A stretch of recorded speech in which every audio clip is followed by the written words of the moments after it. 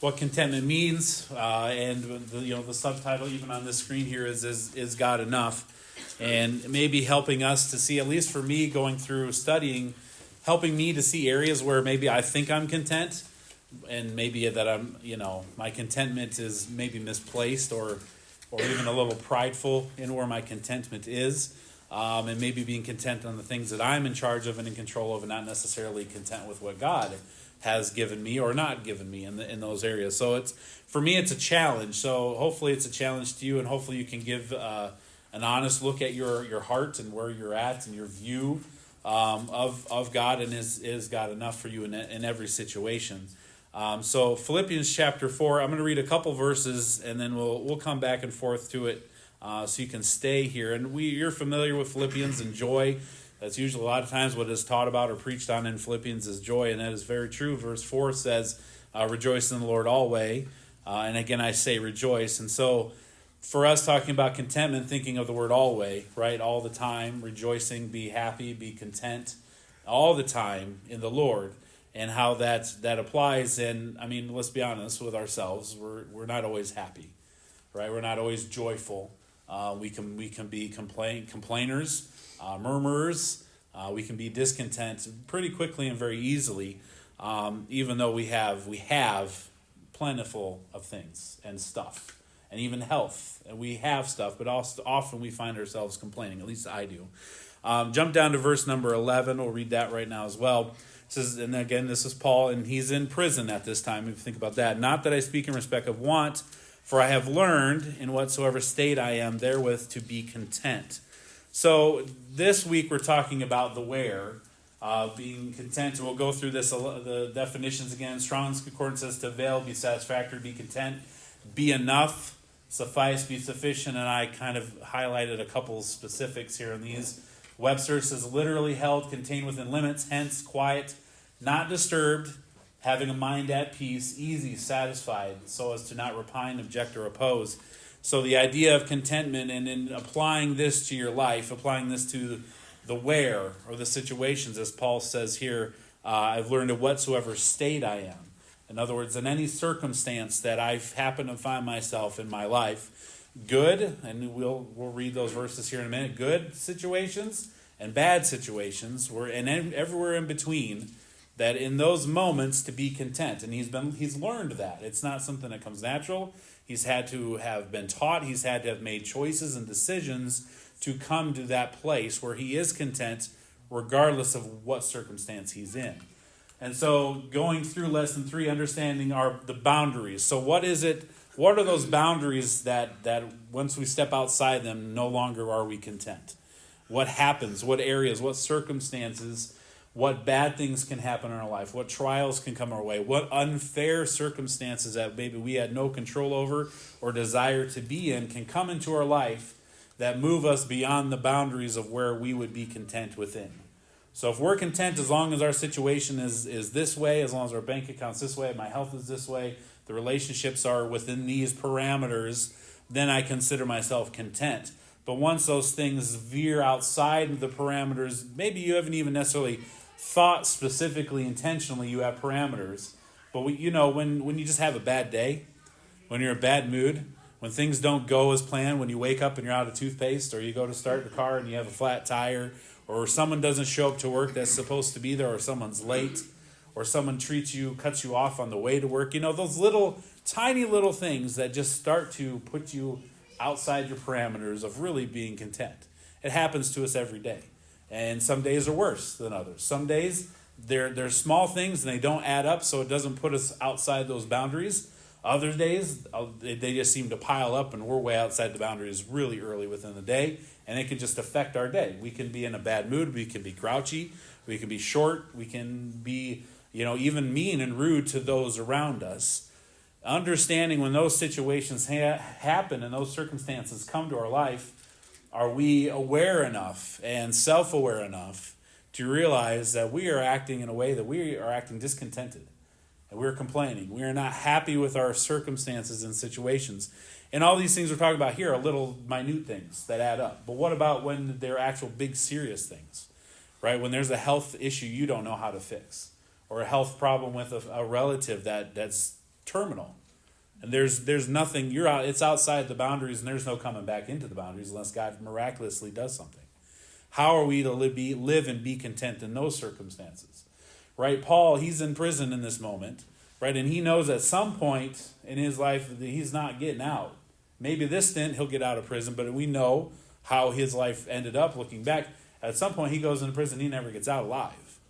Right? And then that hopelessness of the situation and circumstance that he's in, still yet he says, with God at the beginning, is he enough? We can be content even in the worst case scenario. And so how can we be content in all circumstances, all places, all things? Right? Whatsoever state I am, he says. How can we, in our life today, in 2024, with the situations that you have and the circumstances that are in your life right now today, the real things that are happening to you and possibly only you, that maybe other people do know about, maybe people don't know about. Maybe it's just you and your spouse. You're the only two that understand or know the situation that you're in, that you're dealing with, that you're maybe even beating your head against the wall with.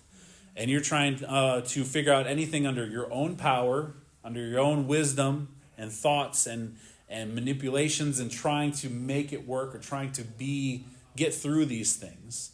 How are you to look at your life and be like, I am content? Go back to the definitions. I have peace at mind. I have a mind at peace.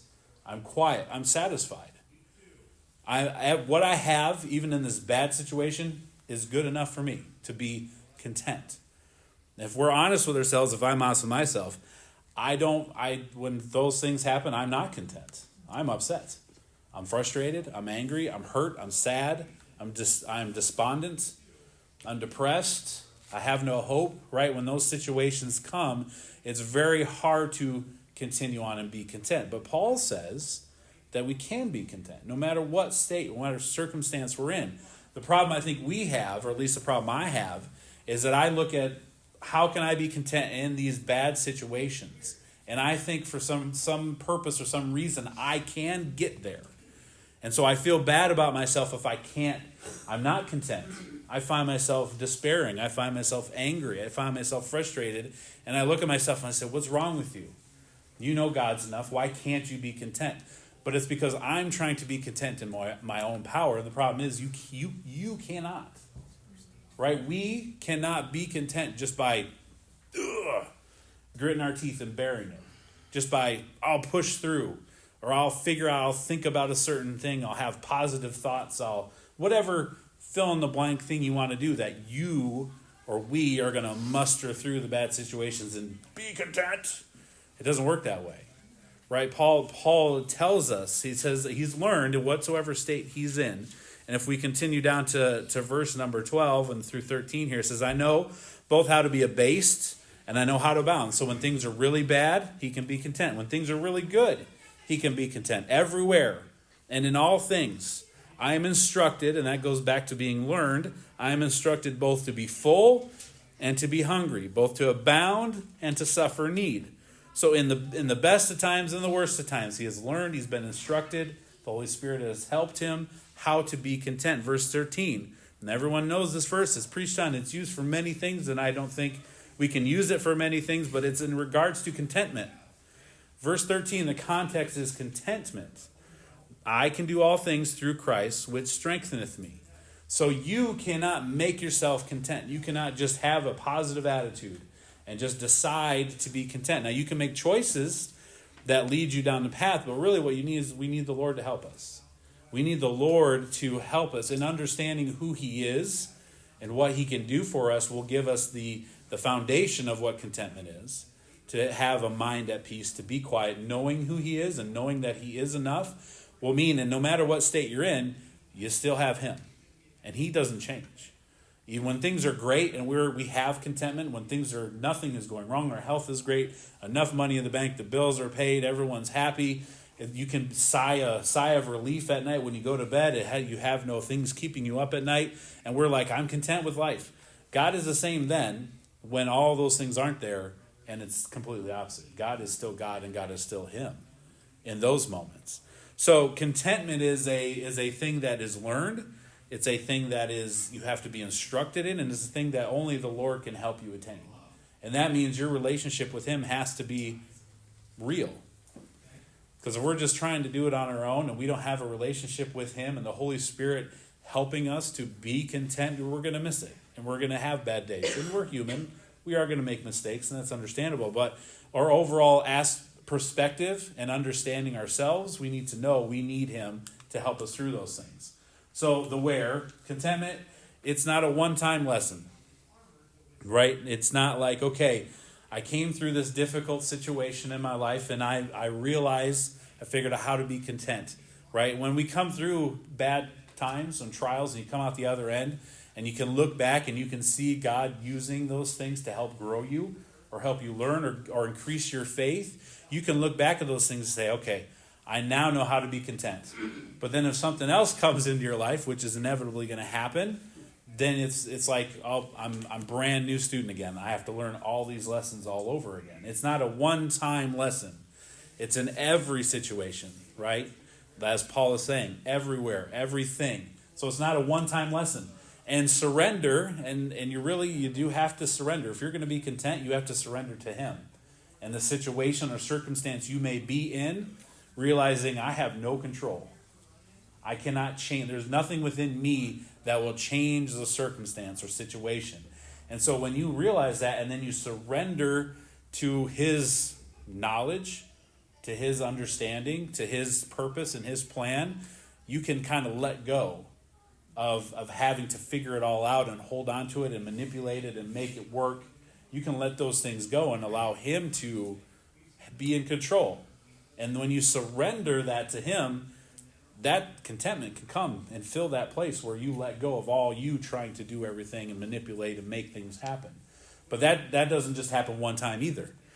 If you've been saved long enough, that's a daily, maybe even hourly decision to surrender to him and allow him to be in control of the decisions you make, of the things you say, of the thoughts you have, of the choices. That's a choice that you will have to make every day, to surrender your control, your power that you want to have over your circumstance and over in your situation, to surrender it to him. And when you wake up the next morning and you've got choices to make that deal with that circumstance or situation you're in, it's really hard to allow him to have control over it because you feel like you've got to do something about it right now to make a choice and how this is going to proceed. But if you allow him to help you make those choices and allow him to inform your choices and, again, have a relationship with him. I mean, we'll get to this here in a little bit, I guess I'm jumping a little ahead, but when we get into bad situations and bad circumstances, it seems like we depend more on God in those times, right? Like we'll read our Bible more, we'll pray more, we'll beg more. But then when things are good, well, maybe we don't read our Bible quite as often. Maybe we don't beg him for his intervention quite as often. And that's a flaw for us as human beings. And we'll get to that here. We'll read a verse in Proverbs that talks about that. But as Paul says there in verse 12, he knows how to be abound and base everywhere and in all things. Paul didn't come to that conclusion and say, I can do this, whether things are good, whether things are bad, everywhere and in all things, I can be content. Not because, again, just because he's a great Christian or he has figured it out, but because of verse 13, verse 12 can exist, right? Verse 12 can't be if verse 13 isn't true. If verse 13 is, I can do all things through Christ who strengtheneth me, that means he can be content. So it's not talking about, these giant, great, big things that Paul can do and start churches and missionary journeys. He can through Christ, but that's not the purpose for that verse. That verse isn't saying I can go and win Asia Minor and I can go all these places and I can win people to Christ because Christ strengthens me. Although it is true, really what he's saying is I can be happy when things are good or when things are bad because Christ strengthens me. And that's where I think we miss sometimes. We want Christ for the big things. We want God for the big circumstances, the big situations, but God can help us be happy in the little things too. On a daily basis and on an hourly basis, to be content in those moments. Because of what God does in verse 13 is how Paul can be everywhere and in all things in verse 12. Right, again, and we mentioned this already, Paul was in prison and content. I mean, I don't know how many of you have spent time in prison. I never have. I delivered some meals to prison time before. When I worked for Hy-Vee, we catered meals to the jail there in Brookings. And you get to bring it up to the door and they're like, letting you in the door. And you're just like, man, if my life was this cell, right? It's really bright and clean. It's not like probably the prison Paul was in. But I don't think I would like that. I think that seems bad to be in jail.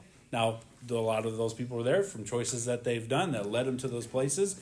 Paul was there unjustly, right? He's unjustly put in prison. He's alone. He's away from his followers, from his friends, from the church people. And he's saying, I can be content here. I can be happy here. And we know God used that time for him to write epistles for us to read here thousands of years later. But Paul was in a jail cell and he wasn't disturbed. He wasn't in the depths of despair, right? He was okay. He was content. He understood that because of who Christ was, he could be happy and content and have a mind at peace where he was.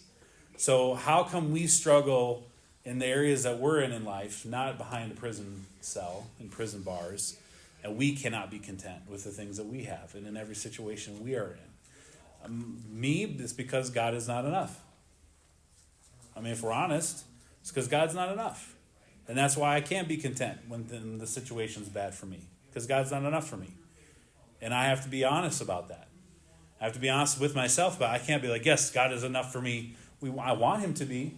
But if I'm honest about my perspective and my attitude and my situation and circumstances, sometimes God is not enough for me. And to my detriment and to my shame. And I think if we're all honest about that, that's what happens when we're not content. It's because God's not enough. The circumstance outweighs God's weight in those situations. And then that's a failure on our part as Christians, because God is enough. He said he's enough. We know he's enough, but we don't think it, and so the discontent comes. So Paul was in prison and content. But what about Eve? Let's think about Eve. We haven't really talked about her at this point. But Eve was in the garden, was in paradise. No sin existed. And we know the story and how she got to where she was. It was a lot of steps that got there. But when it came down to the decision and the choice for her, God was not enough for her. And she was in paradise. The situation, her circumstance, if we want to say our circumstance, our situations determine if we're content or discontent. Paul was in prison, bad circumstance all around, content. Eve in the perfect circumstance, the perfect environment, perfect situation, and she was doubtful and discontented with what she had, which was everything except this little itty-bitty thing that she couldn't have for her benefit because God knew. And so she wasn't to have it because God loved her, not because he was trying to keep something from her, but she was doubtful. She didn't know if God was enough, and she made a bad choice. She was discontent in paradise while Paul was content in prison. So why? Why did Eve get there? Why did Eve come to that conclusion, right? That God is not enough in those moments. Is it because of their location? Right? Is Paul content and Eve discontent because of where they were, where they lived, where they spent their time? Obviously not. Because of their circumstance that they were in? Right? If when sometimes we get put in bad circumstances and we make bad choices and we're like, I understand why you might think that or might say that in that situation because, man, I'd hate to be in that position. And so we excuse each other. We excuse ourselves when we are put in situations and circumstances. We excuse our reactions and our responses because that's a tough situation to be in. And again, why are we giving ourselves such a hard time when we're in tough situations, when we're in trials? How can we be so hard on ourselves and hard on each other when we're in a trial? Give me some grace and mercy is important, but understanding it doesn't matter what situation you're in. It doesn't matter your circumstances in your life. If you use those circumstances to excuse discontentment, then God's not enough for you. If we use our situations to say, I am justified in feeling this way, and acting this way, and being this way, then God's not enough for you. Because you're allowing your circumstance and your situation, the bad things in your life, to determine whether God's enough or not, whether I'm content or not. And that's hard to overcome. I'm not saying that shame on us for feeling that. I'm just saying that's a human nature problem. But we have to know that. And it's overcome. It can be overcome. Paul tells us he was able to overcome these things. Again, not because he's awesome, but because God's awesome. And God was enough. And he understood God was enough even in those circumstances. So it wasn't their location, wasn't their circumstance. Was it their attitude? Kinda. Right? Their attitude. God was enough for Paul. Eve wasn't quite sure. The devil had convinced her that maybe he wasn't enough. Was it their personality that determined if they were content or not? Personality had nothing to do with it. You could say, well, I'm more susceptible to this. Or my personality is more prone to this kind of feeling or this kind of emotion or this kind of thinking. We're all different, and we might have different weaknesses. Right? We all have weaknesses and different strengths, and some people might struggle with other things that someone else would be like, that doesn't bother me at all. But those aren't excuses or reasons that God is not enough. And really, if you want to interchange contentment and is God enough, that thought process, that's what it is. Right? So we could say, God, I'm just not content in this situation, but basically what I'm saying is God's not enough for me here. And that has nothing to do with your weakness. That has nothing to do with your personality. That is a choice that we make. Is God enough in this bad situation? Can God be enough when things are terrible? When I literally feel like I'm in a square box that has no windows, no way out, no cracks in the corners, no sunlight. I'm banging my head everywhere I go. There's no room to move. I can barely breathe. Is God enough still? And that's hard. That's hard to say yes. That's hard to make your life, that's hard to put into practice in life, the yes. Because, again, behind closed doors at your home, maybe you and your husband or you and your wife are the only ones that know, and you have to come out here and act like God's enough all the time. But inside, you're in this little box. Your heart's in this little box in this little wall, and you don't know if God's enough because you don't know how you're going to get out of this box. You don't see a way out of it. So Paul was in a box like that physically, mentally, emotionally. But he was fine because he had God, and God was enough. Eve had everything she ever wanted, anything we would ever die to have and be pleased with, and God was not enough for her. So the situation didn't matter, the circumstance, the locations, those things don't matter. It all hinged really on whose words they believed. Paul believes God. God has told us throughout all Scripture how he's enough for us, how he loves us, how he cares for us. Even in the bad times, God is still God. So Paul believed God, and that brought contentment. Eve doubted God. She believed what the devil was saying, right? She believed what her sin nature, and she didn't have sin nature. There was no sin at that time, but she still, the human part of her still was questioning. Didn't know she believed that God was telling the truth. But Paul believed God and trusted him. Eve believed Satan and doubted God. So the where, again, if you want to go to Proverbs, I have it written down. I'll read it here. Proverbs chapter 30. And this is our human nature at play here. Proverbs chapter 30, verses 8 and 9. The Bible says, remove far from me vanity and lies. Give me neither poverty nor riches. Feed me with food convenient for me. Lest I be full and deny thee, and say, who is the Lord? Or lest I be poor and steal, and to take the name of my God in vain. Our human nature is, we struggle to deal with extreme prosperity and extreme poverty. Right? Our human nature, our failures, when we have abundance, like I mentioned earlier, when we have abundance, we're good. We tend to coast. We tend to not need God as much. Right? Why does the Bible say it's harder for a rich man to believe God than for a camel to go through the eye of a needle? They have no need of God. They have no want. They are good and satisfied with where they're at. And for us as Christians who know we need God and need to, again, talking about is God enough, when we're in abundance and everything is good, we can say, yes, we're content.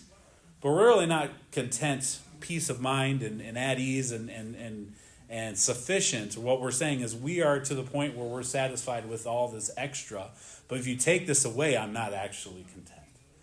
I just have more than I need, so I feel like I'm content. But really, the contentment's not there, because if you take that away, then all of a sudden, all that goes away. But we forget God when things are good, and then we beg for him when things get bad, and maybe even start to blame him when things get bad. God, how could you let this happen to them? Why would you let my family member or this person get sick like this or have no hope? Why would you allow this person to make this relationship decision against me? I'm innocent. I had no choice in this, and somehow I'm the bad guy.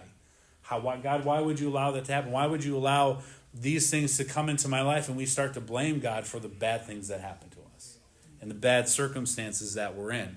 right? When we're in a great big, things are abundant, we might feel prideful and think, look at all this that I've done. I've done all the right things. I've made the right choices financially, the right decisions. I invested in the right place. I've spent my time well. Look at what I've done. Look at how things have gone for me. And I take care of my body, so my health is good. I take care of these relationships, so these are all good. Everything's good. Look how the good choices I have made. And we forget how God has blessed us with those things. How God has allowed us to have the health and the wisdom to do the things that have brought us to those places, and we forget him. Or we get into deep depravity and we're tempted to disobey and blame him for our troubles. It's a real life situation that we can get into. And I think of a couple of examples. Corrie Ten Boom, Betsy Ten Boom, remember from the Holocaust, the sisters that went into the camps, and if you've read their stories, she made it through, but their whole barracks got infested with fleas. And they were just biting and chewing and just miserable. I mean, the situation is miserable already, but then to have fleas everywhere. And then the guards left their barracks alone, though, because they didn't want to go near where all the fleas were. So while they were beating other people and killing other people from other barracks, her and her sister were basically left alone from the guards because no one wanted to go near. God had blessed her with fleas. And in the moment, there's no contentment with fleas. If you've ever had fleas in your home, your ankles, man, they bite. That's terrible. It's itchy. It's awful. Now imagine it over your whole body, and there's no relief, ever. That's a small box with no holes, with no light, with no breath. She was in that box, but she had to learn to be content in that time. I just finished reading, if you have ever before, Anne Frank's diary. She's a very 14-year-old girl. Very, very. There's a lot of 14-year-old girl stuff in that diary, and she's definitely shows her age. But thinking about it, for 761 days, they lived in a hidden annex of a building behind a bookcase for a door, hidden in Holland from the Germans that had taken over. And to see her thought process as she writes out, not every day, but scores and scores of entries into the diary, there were times where she was discontent. But the maturity level of this 14-year-old far surpasses most 14-year-olds I've known and been myself. But she was they didn't go outside for 2 years. They looked out cracks in walls. They breathed air from cracks in walls. They never set foot outside for 761 days. Fearful for their life. There are 8 of them in there. Her parents, another couple of their son, and another man, and then the people that brought them stuff that were locals and smuggled things into them. They ate beans and lettuce and spoiled potatoes. That was their diet. Rarely did they have meat. Every once in a while they could get butter and sugar. I mean, the life that she lived and her family lived for 2 years in hiding for fear, literal fear of their life. And to continue, can you imagine waking up the next day knowing you're not walking out of the room, knowing you cannot leave the place for your life's sake, and live with all those people? And I mean, think about how we get on each other's nerves and we can get a lot of space.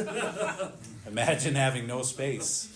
You see some of the human sides coming through. She had some relationship issues with her mom. I mean, there were some problems there. I'm not saying she was a perfect person by any means, not at all.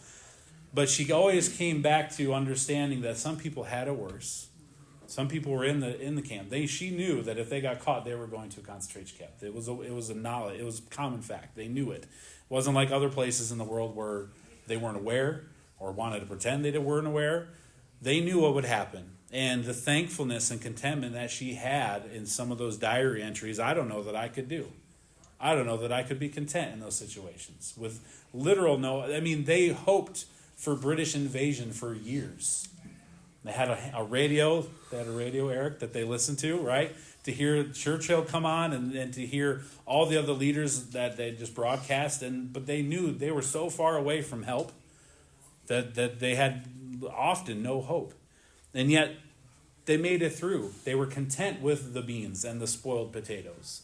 And they were able to live, right? She did not use the situation she was in to give her an excuse to be discontent or unhappy. There were days that she was unhappy. There were days that they were miserable. She talks often of just crying, constant crying and fear. But she always came back to, and they were pretty, I would say, maybe not the strictest of Jews, as far as that religion goes, but they believed God. I don't know if they believed God was the Messiah. I'm pretty sure she didn't, and they didn't. But she believed that God cared for the Jewish people and knew they were chosen. And she allowed that to give her contentment and understanding, I can get through this because I have to, because I get to, because other people have it worse. And I look at that situation and say, I don't know I could live 2 years in the house I live in now with all the conveniences I have in my house and not leave for 2 years. I don't think I could be content. I think I'd be a pretty grouchy, unhappy person. And I have way more in my home. I could live in my home for 2 years and not leave and it'd be fine. Right? People deliver groceries to your doorstep if you want them to these days. Right? So what is it in your life that's an excuse for us? What is it in your life that says I can't? That makes you say I can't? Right? Corey ten Boom and Frank, they had many things in their life where they said that would allow them and we would understand them for saying I can't.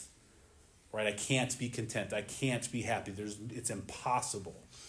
But yet they were able to find ways to do so, to be content with what God was for them.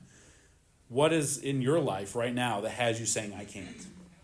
And be honest about it. It's for us to lie to ourselves or to pretend that what we think is not real, even to ourselves, is counterproductive. What is it in your life that makes you say, I can't? Because Philippians 4:13 says, I can. Paul says, I can do all things through Christ. I can be content. Often, okay, I went through all this already, sorry. What things are in your life that have you saying I can't? Often it's not that we can't be content through Christ, but that we won't. Or we don't want to, or we don't see a way that we can. So again, it goes back to the choice. It goes back to the decision to surrender, to be taught contentment. Often it's not that we can't be content. It's just really, again, if we're honest with ourselves, is that we won't. Even in the worst situation, we can, through Christ, be content. It's not easy. It's not fun, joyful. It's not something we want, necessarily, but we can if, again, He's enough. If God is enough for us. We have to choose in our hearts, I think I have this here next, we choose in our hearts to be unthankful for our circumstances. Even the bad circumstances. So again, this comes back to, well, I'm going through a tough time. Why are we so hard on ourselves? Why are we being so hard on those going through a tough time right now? Give them some peace. Give them some room. Allow them to be human. I understand the mercy and I understand grace in those situations. But if God's still not enough in the bad, worst, most awful times where you can't, if God's not enough for you, that's a choice in your heart you have made, that we have made. That He is not enough in those worst, terrible, awful situations. And that might seem harsh. It might seem harsh to say that, but we have to realize that God is enough in the worst possible situation you can be in. God is still God. He has not changed. And so when those times come in your life, when you're infested with fleas and you eat rotten potatoes and there's no fresh air for you, is God enough then? And you'll struggle with that question. You will. You'll struggle with knowing if He's enough or not. But you can know, because of what God has said, that He is enough. And that He can allow you, like Paul, to be content in the worst situations in your life. And this isn't an attitude of, woe is me. I will continue on. I will suffer for Jesus. Even though things are bad, and kind of have that attitude of, oh, woe is me. It's so bad, but I'll be okay. Don't worry about me. I'll be fine. Right? The song and I like the song, it will be worth it all when we see Jesus, right? But if we sing it like, it'll be worth it all when I finally get through this life and see Jesus. But right now, it's just so bad. But I'm content. Amen. Right? It's not the attitude. It's not the woe is me attitude. It's not the feeling sorry for ourselves when life is less than ideal, but rather being happy and peaceful, even though the situation's not ideal. That's contentment. And that's a choice. And now, I'm not saying it's an easy choice. I'm not saying it's a great, super easy thing to attain, but it is attainable. Paul tells us it's attainable. He was able to be content in that type of situation. So what is it in your life that has you saying, I can't? And understand that you can, through Christ, be content in those areas. So how do you get there? What are the things you need to do? You need to open your Bible more. You need to talk to him more. So regardless of where you're at in your walk with the Lord, if you're having areas in your life where you can't, open it more, read it more. Regardless of where you're at, how much you're reading now, add to it. Unburden your heart to him. Give it all to him. Surrender it to him. Allow him to take it and have it. And when you do that, you can be content. It may not change the situation. It may not change your circumstance. But I promise you, if you unload and unburden yourself to him and surrender yourself to him, even though the situation is not great, you still can be content. You can. It's that peace, right? That passes understanding. It's the grace that only God can give that is unexplainable in and of ourselves. But it requires us to surrender to him and choose that and make that choice.